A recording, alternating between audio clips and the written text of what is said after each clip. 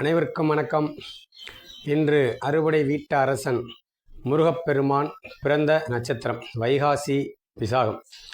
இன்றைய நாளில் அனைத்து கோயில்களிலும் அலைமோதுகிறது கூட்டம். முருகப்பெருமானின் அருள் கிடைக்கவும் முருகப்பெருமானுக்கு பிறந்த நாள் வாழ்த்து கிடைக்கவும் அலைமோதுகிறது. இன்று மட்டுமல்ல, ஒவ்வொரு ஆண்டும் பழனிக்கும் சரி, திருச்செந்தூருக்கும் சரி, முருகனின் அறுபடை வீட்டிற்கும் சரி, கிட்டத்தட்ட கோடிக்கணக்கான பக்தர்களாகிய நாம் சென்று முருகனை பார்த்து பரவசத்தோடு அவருடைய அருள் பெற்று வருகிறோம். நம்முடைய கோரிக்கைகளையும் நம்முடைய பிரார்த்தனைகளையும் நம்முடைய தேவைகளையும் பூர்த்தி செய்வதற்காக முருகப்பெருமானிடம் நாம் வேண்டுகிறோம். அவரும் நமக்காக ஆயிரமாக நமக்கு அவருடைய ஆசீர்வாதங்களை கொடுக்கிறார், நம்மளுடைய பிரச்சனைகளை தீர்க்கிறார்.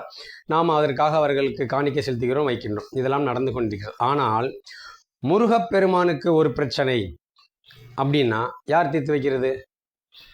அவரே தீர்த்துக்கிறார். அவருக்கு ஒரு பிரச்சனையா அப்படின்னு நம்ம கேட்கலாம்.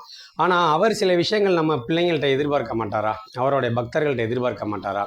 ஏண்டா, என் கோயிலை ஒருத்தன் இடிக்கிறான், என் கோயிலை ஒருத்தன் ஆக்கிரமிக்கிறான், என் கோயிலை ஒருத்தன் இழிவுபடுத்துகிறான், என்னையே இழிவுபடுத்தி என்னுடைய கந்தசஷ்டி கவசத்தை கேவலமாக படுத்துகிறான். இதையெல்லாம் கேட்டு நீ ஏன் கொதிக்க மாட்டேன்ற? என்னை நோக்கி நீ நடந்து வர்ற, எனக்கு நீ தேங்காய் இது பண்ணி அபிஷேகம் பண்ணுற, அர்ச்சனை பண்ணுற, காவடி பறவை காவடி எடுக்கிற, அந்த காவடி எடுக்கிற, எவ்வளோ உண்டட வருத்திட்டு பண்ணுற, உனக்காண்டி ஓன் நேர்த்தி கடனுக்காண்டி உன் பிள்ளை குட்டி நல்லா இருக்குன்றக்காக பண்ணுறேன். ஏன் கோயிலை ஒருத்தன், நான் கிட்டத்தட்ட ஆயிரம் கணக்காக நான் இருக்கிற இந்த திருப்பரங்குன்ற கோயிலில் ஒரு 100-150 வருடங்களுக்கு முன்னாடி ஒருத்தர் ஆக்கிரமித்து ஒருத்தர் மசூதின்னு சொல்லி மேலே கட்டி வச்சுட்டு இந்த மாதிரி பண்ணுறான். அதை எதிர்த்து நீ கேட்க மாட்டியா அப்படின்னு சொல்லி முருகன் யோசிக்கலாம் இல்லையா?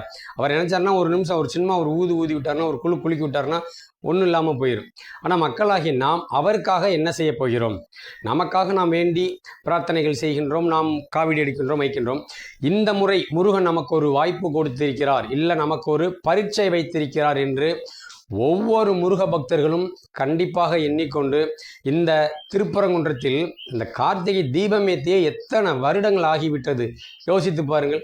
முருகனுக்கு ஒரு தீபம் ஏற்றுறது கூட நம்மளால் மீட்டு கொடுக்க முடியல அப்படின்னா எப்படி இருக்கும்? முருகன் கொஞ்சமாச்சும் ஒரு வருத்தப்பட மாட்டாரா? யோசிக்க மாட்டாரா?